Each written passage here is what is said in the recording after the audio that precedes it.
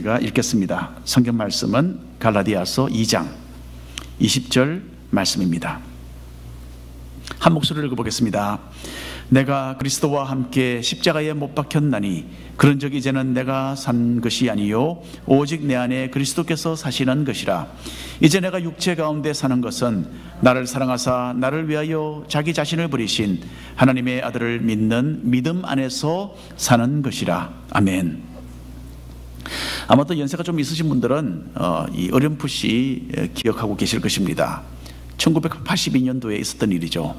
시카고 지역에서 12살 난 여자아기가 감기를 앓다가 갑자기 죽었습니다. 또 시카고 다른 지역에서 얼마 몇 시간 후에는 우체국에서 일하는 27살 된 남자가 죽었고요. 그 남자의 남동생과 아내도 이렇다 할 이유 없이 쓰러져 죽었습니다. 그리고 또 하루 이틀 후에는 시카고 또 다른 지역에 사는 세 사람도 원인 모를 일로 그냥 죽습니다. 이 사람들은 모두 진통제 타일레놀을 복용했다라는 것이 드러났어요. 이 사람들이 먹었던 약병을 검사를 해보았더니 타일레놀, 그때는 캡슐이었는데 캡슐 속에는 진통제가 아니라 청산가리 독약이 들어있었던 것입니다. 그래서 아주 이 시카고 지역에는 100명이 넘는 수사관들이 신속하게 투입이 되었고요. 어떤 경위로 독약이 이 타일레놀 약통 속에 들어가게 되었는지를 조사를 하게 됩니다. 먼저 약품 제조 회사의 문제는 아니었다는 것이 금방 밝혀졌어요. 왜냐하면 그 약병들이 똑같은 곳에서 나온 것이 아니고 각기 다른 공장에서 제조가 되어서 보급이 된 것이었어요. 그러니까 누군가가 마켓에서 약을 사서 가지고 가서 그 속에 독약을 넣고서는 다시 가져와서 약국 진열대에 되돌려 놓은 것이죠. 어떤 특정 인물에 대한 원한 때문에 그렇게 한 것은 아니고 아무든지 먹으면 그냥 죽도록 하려는 참으로 끔찍한 범행이었습니다. 범인이 누구인지는 결국 밝혀지지 않았고요. 이 일은 40년이 지난 지금에도 여전히 풀리지 않는 사건으로 남아 있습니다. 타일레놀을 제조하던 존슨앤존슨 회사는 아주 신속하게 이 상황에 대처했어요. 회사는 미국 전 지역과 이 근처에 있는 그 병원과 약국에 경고문을 보냈습니다. TV상으로 나가던 타일레놀 광고도 즉시 중단시켰어요. 그리고는 약품 제조업계 사상 가장 큰 규모로 타일레놀 약을 다 회수하게 됩니다. 미국 전역에서 모두 3,100만 개의 약병이 회수가 되었어요. 요즘 돈으로 환산을 하면 거의 한 3억 불에 해당되는 금액이라고 합니다. 그리고 불과 한 달 반 만에 6주 만에 존슨앤존슨은 새로운 약병을 제조해서 선보였어요. 약통 뚜껑 위에 아주 단단한 플라스틱을 씌웠어요. 요즘에 여러분 약병 열기 힘드시죠? 그게 이때에 시작된 것입니다. 그래서 단단한 플라스틱으로 씌웠어요. 그리고 그걸 뜯어서 뚜껑을 열면 그 속에는 또 다른 플라스틱 컵으로 단단하게 봉해져 있는, 그 요즘에 그 약이 다 그렇게 나오죠. 그런 약통이 그때 나왔습니다. 이렇게 2중 3중으로 뚜껑을 만들어서 누가 손을 만약에 댄다면 표시가 나도록 했던 것이죠. 그리고 나중에는 더욱더 안정을 기하기 위해서 더 이상 캡슐을 사용하지 않고 알약 형태로 그렇게 약을 만들어서 보급을 했습니다. 사람의 고통을 해소해주기 위해서 진통제가 나왔죠. 그런데 나쁜 사람이 캡슐 속에 청산가리를 넣어서 사람을 죽이는 독약으로 만들었던 것입니다. 그 모습은 진통제와 전혀 다름이 없었어요. 하지만 그것을 먹고 기운을 차리려고 했던 사람들은 도리어 목숨을 잃고 말았던 것입니다. 이것이 바로 사탄이 하는 일입니다. 사탄은 선한 것을 가지고 변질시키어서 사람을 죽음으로 몰아가는 겁니다. 2000년 전 갈라디아 사람들도 영적으로 똑같은 일을 경험했어요. 율법을 준수해야 한다라고 외치던 사람들이 전했던 교훈은 겉으로 보기에는 복음의 말씀과 유사했어요. 하지만 그 속에는 참 신앙을 변절시키고 사람의 영혼을 사망으로 이끄는 도구로 가득 차 있었던 것입니다.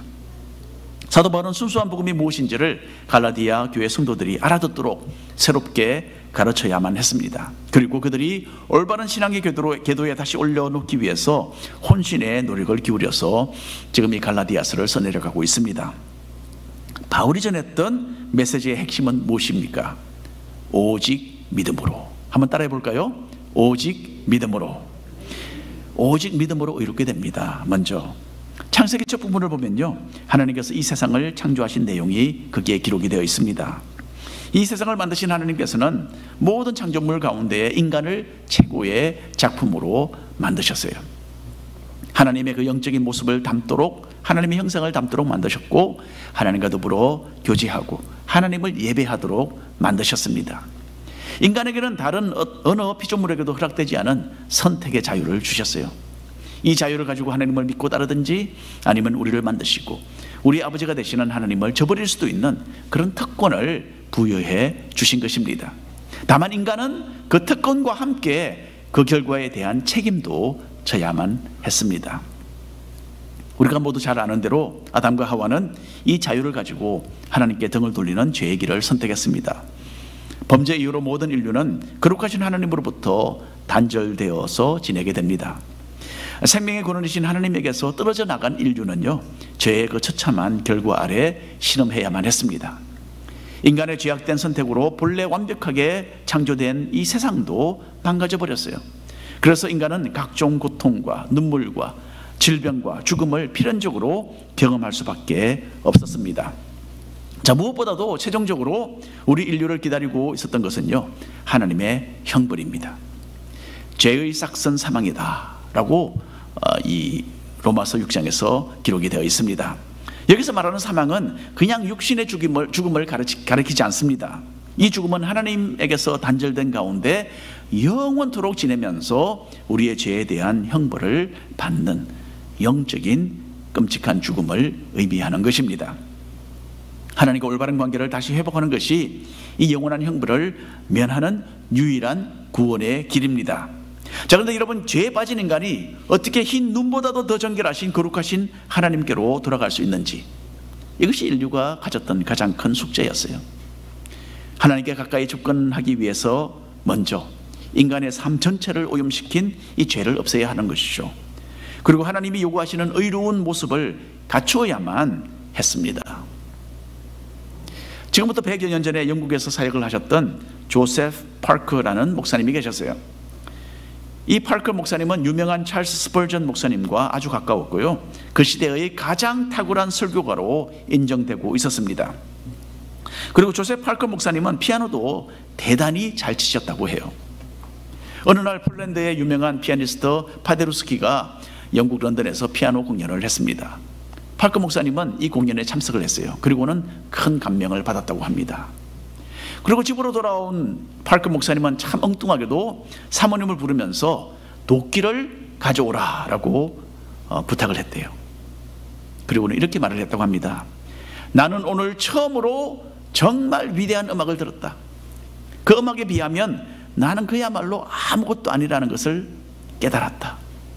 그래서 나는 내 피아노를 산산조각으로 쪼개버리고 싶다. 그렇게 말을 했대요. 물론 참 훌륭하신 파커 목사님은 실제로 자기 피아노를 부수지 않았습니다. 그냥 자기 자신의 소감을 그런 말로 표현을 한 것이죠. 그렇지만 파커 목사님은 자신은 절대로 파데루스키처럼 피아노를 칠 수 없다라는 것을 마음속 깊이 느끼게 된 것입니다.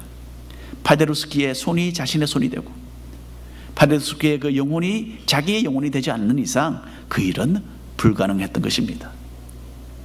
죄에 빠진 인간이 하나님께 의롭다고 인정을 받는 것, 이것은 더더욱 불가능합니다. 사람이 무슨 수로 자기의 죄를 씻어서 없애고 또 거룩하신 하나님이 보시기에 완전해질 수 있겠습니까? 그 어떤 노력이나 고행을 한다 해도 이것은 도무지 불가능한 일입니다. 갈라디아서 2장 16절 말씀 한 줄씩 나눠서 읽겠습니다. 사람이 의롭게 되는 것은 율법의 행위로 말미암음이 아니요 오직 예수 그리스도를 믿음으로 말미암은 줄 알므로 우리도 그리스도 예수를 믿나니.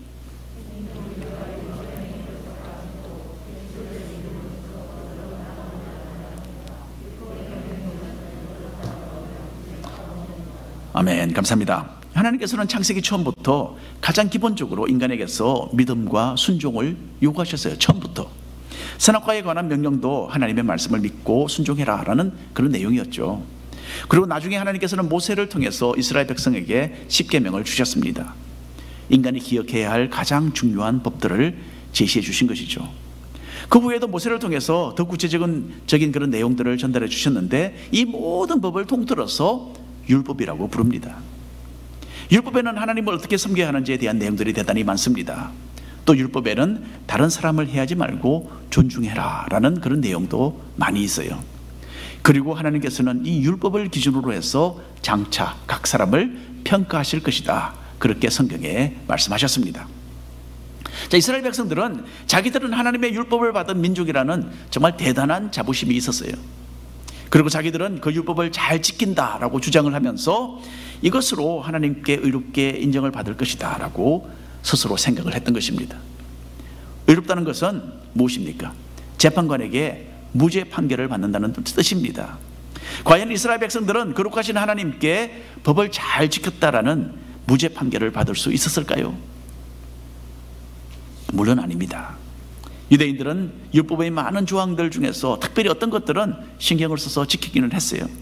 하지만 그 많은 법을 다 완전하게 지키지는 못했던 것입니다. 특별히 겉으로 드러나지 않는 무수한 마음의 죄를 다루는 율법의 조항들은 지킬 엄두도 내지 못하고 있었어요. 로마서 7장 7절에 그 내용이 있습니다. 한 주씩 나눠서 읽겠습니다. 그런즉 우리가 무슨 말을 하리요? 율법이 죄냐? 그럴 수 없느니라. 율법으로 말미암지 않고는 내가 죄를 알지 못하였으니, 곧 율법이 탐내지 말라 하지 아니하였더라면 내가 탐심을 알지 못하였으리라. 10계명의 마지막 10번째 계명이죠. 이웃의 소유를 탐내지 말라라는 하나님의 명령이었습니다. 이 탐내지 말라라는 계명이 특이한 점이 하나가 있어요. 다른 계명들은 바깥으로 나타나는 죄에 대한 법이었어요. 살인이나 간음이나 도둑질에 대한 이런 계명들은 실제로 행동으로 짓는 죄에 대한 법입니다. 하지만 탐내지 말라라는 것은요, 마음의 죄를 가리키는 것이죠. 사람이 마음속으로 가지게 되는 갖가지 욕망은 바깥으로는 드러나지 않습니다. 그렇기 때문에 사람들의 눈에 띄지도 않고, 따라서 사람의 정죄도 받지 않습니다. 그리고 본인도 그것이 잘못된 것이라고 깨닫지 못하는 경우가 허다해요. 그런데 이 10번째 계명이 있기 때문에 사람이 마음속에 품게 되는 수많은 탐심과 비밀스러운 욕망들이 죄로 인식되어지는 것입니다. 그래서 율법의 가장 주된 역할은 인간으로 하여금 죄를 깨닫게 하는 것이다 라고 바울은 말하게 됩니다. 로마서 3장 20절에 그 말씀이 있습니다. 그러므로 율법의 행위로 그의 앞에 의롭다 하심을 얻을 육체가 없나니 율법으로는 죄를 깨달음이니라. 하나님께서는 사람의 마음속에 무엇이 있는지를 환하게 다 알고 계십니다. 그리고 하나님의 기준은요, 인간의 기준보다 무한하게 더 엄격합니다. 이런 엄격하신 하나님의 판단 아래 인간은 유죄의 판결을 받고 그 죄에 해당되는 사형 선고를 영적으로 받을 수밖에 없습니다. 거룩하신 하나님의 율법의 그 거울에 비추어 본다면 인간은 이렇게 한결같이 하나님의 기준에 형편없이 미달되고 또한 범죄자로 나타나게 되는 것입니다. 모든 사람은 예외 없이. 그런데도 율법주의자들은 갈라디아 사람들에게 율법 준수를 강조했습니다. 예수님도 믿지만은 자기들처럼 율법도 지켜야지 구원을 받는다라고 주장하면서 그렇게 가르쳤어요. 이것은 오직 예수님을 믿음으로 구원을 얻는다라는 이 복음의 핵심 내용을 완전히 오염시키는 죽이는 독이 가득한 거짓된 교훈이었습니다. 우리는 지난주부터 목장 모임에서 주무로 함께 철로 역정을 읽기 시작했습니다. 주인공의 이름은 크리스천이라는 사람이었죠. 크리스천은 자기 등에 죄의 그 무거운 짐이 올려져 있다는 것을 발견하고 구원을 얻기 위해서 천성을 향하여 긴 여행을 시작합니다. 전도자라는 사람이 나타나서 환한 빛이 보이는 좁은 문이 있는 곳으로 가라라고 이 방향을 설정해 주었어요. 하지만 크리스천은 곧 잘못된 방향으로 빠지고 말았습니다. 크리스천은 길을 가다가 이 세속현자라는 인물을 만나게 되는데, 이 사람을 통해서 율법주의라는 이름의 스승에 대한 이야기를 듣게 됩니다. 율법주의라는 사람은 현명해서 많은 사람들의 존경을 받고 있었어요. 그 스승을 통해서 죄의 모든 짐을 내려놓을 수 있고 행복하게 될 수 있다라는 그 달콤한 말에 크리스천은 그만 넘어가 버립니다. 하지만 율법주의에게로 향하는 길은 너무나 가파르고 위험천만한 절벽길이었어요. 그리고 뜨거운 불길이 활활 타오르는 심판의 길이었기 때문에 크리스천은 그만 포기할 수밖에 없었습니다. 사도 바울 시대에 갈라디아 교회 성도들이 겪고 있던 상황은 철로 역정의 이 부분과 대단히 흡사했습니다.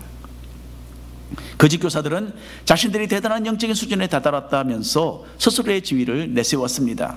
그리고 자만심에 빠져서 자기들의 그 인간적인 의와 도덕을 내세웠습니다. 우리같이만 되면 하나님께 의롭다 인정을 받을 수 있을 것이다 라고 갈라디아 사람들을 가르쳤던 것입니다. 여러분, 하지만 이것은 가짜 복음이었습니다. 바울은 어느 누구도 율법의 행위로는 하나님 앞에 의롭게 되지 못한다라고 잘라서 말했습니다. 그리고 오직 예수님을 믿음으로 의롭게 된다는 복음의 진실을 제시했습니다. 로마서에는 이 말씀이 이렇게 표현되어 있습니다. 로마서 3장 23절 24절 말씀 한 목소리로 읽어보겠습니다. 모든 사람이 죄를 범하였음에 하나님의 영광에 이르지 못하더니 그리스도 예수 안에 있는 성령으로 말미암아 하나님의 은혜로 값없이 의롭다 하심을 얻은 자 되었느니라. 예수 안에서 성령으로 말미암아 하나님의 은혜로 값없이 의롭다 하심을 얻은 자 되었다. 여기서 속량이라는 말이 나옵니다. 이 말은 값을 대신 지불해 주는 것을 뜻합니다. 속량. 옛날 로마 시대에는 마치 물건을 매매하듯이 시장에서 노예를 사고 팔았다고 합니다. 만일에 어떤 부자가 지나가다가 그것을 보고 그 노예의 몸값을 지불해 주면 어떻게 됩니까? 그 사람은 그 시로 자유의 몸이 될 수 있었습니다. 우리는 율법을 범한 죄인들로서 영원한 죽음이라는 이 죄의 값이 우리의 각자의 목에 걸려 있었습니다. 그런데 예수님께서 온 우주에서 가장 값진 자신의 그 목숨을 대신 내어주셔서 우리의 죄의 값을 다 지불해 주시고 우리에게는 자유를 주신 것입니다. 이제 우리는 지옥의 형벌을 면하게 되었고 천국 백성이 되었는데 이것이 바로 속량이라는 말의 뜻입니다. 대신 값을 지불해 주었다. 이 모든 것은 하나님의 은혜 덕분입니다. 은혜라는 것은 무엇입니까? 은혜라는 것은 자격이 없는 사람에게 호의를 베푸는 것을 은혜라고 말을 합니다. 율법의 기준으로 본다면 우리는 하나님의 호의를 얻을 아무런 자격이 없었어요. 하지만 하나님은 우리를 자신의 소유로 삼으시고 영원한 형벌에서 구원해 주시려는 은혜를 베풀어 주셨습니다. 우리는 한 일이 하나도 없었지만 예수님께서 십자가에서 우리를 위해서 이루신 그 일을 믿기 때문에 무죄 선언을 받게 된 것입니다. 갈라디아서 2장 전반부에서 사도 베드로는 완벽하게 살아야 한다라고 주장했던 율법주의자들의 그 압력에 못 이겨서 타협하고 그만 위선에 빠지게 됩니다. 하지만 바울은 율법적이고 또 선하고 완벽한 삶을 통하여 우리가 구원을 받는 것이 아니라 오로지 예수님께서 십자가에서 이루신 그 죄사함의 은혜를 받아들이는 믿음으로 구원을 얻는다라는 것을 분명하게 말했습니다. 여러분, 이 세상에 어떠한 특별한 옷을 입는다 해서 그걸 가지고 활발 타는 태양 속으로 들어가서 무사할 수 있겠습니까? 이와 같이 죄인된 우리가 태양보다도 더 강렬하시고 눈보다도 더 정결하신 하나님 앞에 선다는 것은 까마득하게 불가능한 일입니다. 하지만 우리는 십자가를 지신 예수님으로의 그 옷을 입고 예수님으로 옷을 입고 믿음으로 하나님 앞에 우리는 나아갈 수 있는 것입니다. 이것이 바로 우리의 의가 아니라 인간의 의가 아니라 하나님의 의입니다.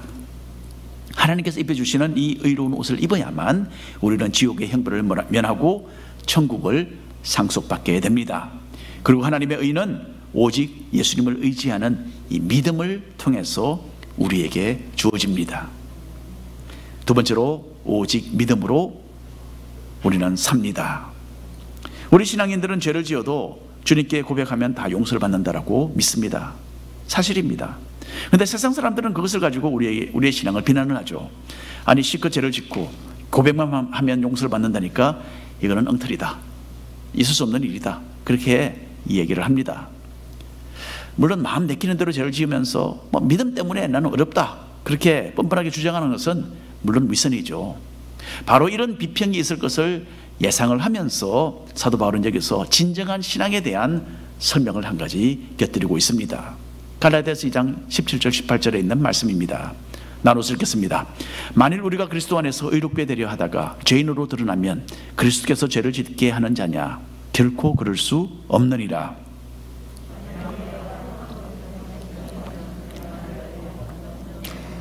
네, 감사합니다. 금방 이해가 되지 않는 좀 어려운 그런 부분이죠. 예수님의 은혜를 사도 바울은 강조했습니다. 하지만 믿는 사람이 그 은혜를 악용해서 죄악된 삶을 산다면 이것은 예수님으로 인한 그 신앙의 잘못이 아니다는 거죠. 예수님을 믿는다는 것은 죄의 삶을 흘려버리고 거기서 돌이키는 것인데, 다시 자기 삶 속에서 죄를 세워간다면 이것은 그 사람의 엄청난 잘못이다라고 사도 바울은 여기서 설명을 하고 있습니다. 따라서 사도 바울은 갈라디아 사람들에게 근본적인 신앙 원리 하나를 이야기하며 설명을 합니다. 예수님께서 십자가에 달려 돌아가셨을 때에 우리 믿는 사람들은 영적으로 주님의 그 죽음에 함께 참여했습니다. 예수님께서는 우리 대신 죄의 형벌을 받아주시고 우리를 위해서 죄값을 지불해 주셨어요. 우리의 몫이 되어야 할 그 죽음을 주님이 대신 죽어주신 것입니다. 그렇기 때문에 예수님의 죽음은 곧 우리의 죽음이었어요. 그래서 오늘 본문 말씀 갈라디아서 2장 20절 말씀입니다. 함께 한 목소리를 읽겠습니다. 내가 그리스도와 함께 십자가에 못 박혔나니 그런즉 이제는 내가 사는 것이 아니요 오직 내 안에 그리스도께서 사시는 것이라. 이제 내가 육체 가운데 사는 것은 나를 사랑하사 나를 위하여 자기 자신을 버리신 하나님의 아들을 믿는 믿음 안에서 사는 것이라. 이제 우리 믿는 사람들이 이 세상에서 어떻게 살아야 하는가에 대한 실제적인 방향이 여기에 제시되어 있습니다. 예수 그리스도와 함께 죄에 대하여 죽은 사람들에게는 주님과 함께 의로운 삶을 사는 것이 가능해졌다라는 이야기입니다. 이제는 예수님께서 우리의 삶 속에 들어오셔서 사시면서 우리를 통하여 예수님 자신의 뜻을 하나씩 이루어 가고 계세요. 이렇게 예수님과 연합되어 사는 것을 두고서 사도 바울은 이것이 바로 믿음으로 사는 것이다 라고 설명하고 있습니다. 지금부터 150년 전에 찰스 블론딘이라는 유명한 고개사가 있었습니다. 이 사람의 특기는 줄타기였어요. 블론딘이 했던 가장 유명했던 공연은 나야가라 폭포를 양끝을 줄로 연결하고 그 줄을 타고 왔다 갔다 하는 것이었어요. 이전에 카나다에 갔더니요, 나야가라 폭포 바로 옆길이 블론딘의 이름으로 되어 있는 것을 제가 보았습니다. 자, 1859년도 여름이었어요. 그 당시에 블론딘은 35살이었습니다. 이 거대한 나야가라 폭포 양쪽으로 줄을 매달았습니다. 줄은 불과 3인치 정도의 두께였어요. 그리고 160피트 높이였습니다. 거기서 떨어지면요, 밑에는 이 나야가라 폭포가 아주 힘차게 흘러가고 있었어요. 떨어지면 죽습니다. 블론딘은 이 줄을 발로 밟고서 성공적으로 폭포를 건너갈 수 있었습니다. 한 번만 그렇게 한 것이 아니고 여러 번 그렇게 했어요. 그리고 사람들에게 아주 폭발적인 인기를 끌었습니다. 또 블론딘은 그냥 줄을 밟고서 건너간 것이 아니라 갖가지 묘기를 부리면서도 이 나야가라 폭포를 그렇게 건너갔습니다. 그냥 건너가는 것은 시시하잖아요. 예, 그거 한두 번 하니까 그 다음부터는 자꾸 더 이 어려운 그 묘기를 부리면서 했습니다. 자루 속에 들어가서 거기서 그 자루를 속에 들어가서 그걸로 또 줄 위로 걸어가서 밟고서 건너가기도 했고요. 여러분, 놀랍게도 눈을 가린 채로 그렇게 건너기도 했다고 합니다. 그리고 한 번은 자기의 매니저 해리 콜코드라는 사람을 등에 업고서 나는 나야가라 폭포를 건너겠습니다 라고 선언을 했다고 해요. 그때 블론딘은 콜코드를 등에 업고서 이렇게 말을 했다고 합니다. 위를 쳐다보고 있어야 합니다. 아래를 쳐다보지 마십시오. 그리고 이제 당신은 더 이상 콜코드가 아니라 블론딘입니다. 내가 움직이는 대로 당신은 함께 움직이셔야 합니다.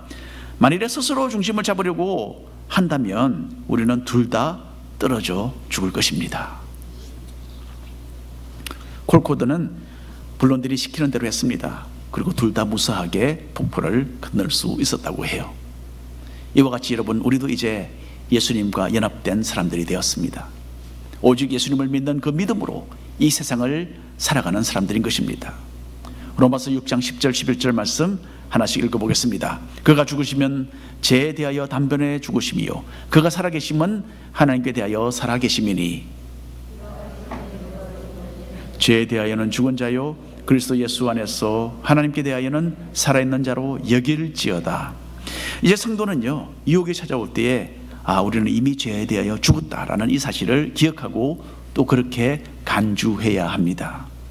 나는 주님과 함께 죄에 대하여 죽은 사람이고 이제는 전혀 새로운 삶의 궤도에 들어왔다라는 것을 스스로에게 선언해야 하는 것입니다. 이런 단호한 태도는 죄의 유혹을 이기고 주님과 함께 의로운 모습으로 살아가는 것을 가능케 합니다. 여러분, 우리의 삶 속에서 죄의 세력은 이제 한풀 꺾였어요. 하나님의 은혜와 그분이 공급해 주시는 능력으로 우리는 주님과 함께 의로운 길을 선택해서 살아갈 수 있습니다.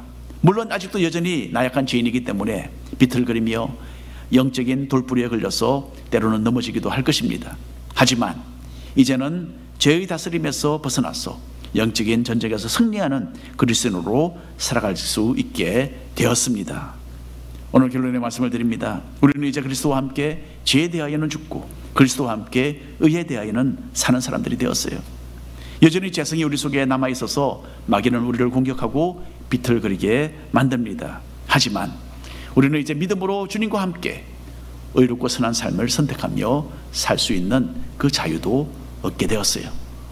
우리가 선택하기만 하면 하나님의 도우심으로 죄를 이기고 승리하는 삶을 살 수 있게 되었습니다. 만일 아직도 이전의 삶에서 남겨놓은 그런 죄의 모습이 있다면 이제는 그만 내려놓으시기를 바랍니다. 그리고 진정으로 그리스도와 함께 죽고 그리스도와 함께 살아가면서 오직 믿음으로 승리하는 성도들이 되시기를 축원합니다. 기도하겠습니다.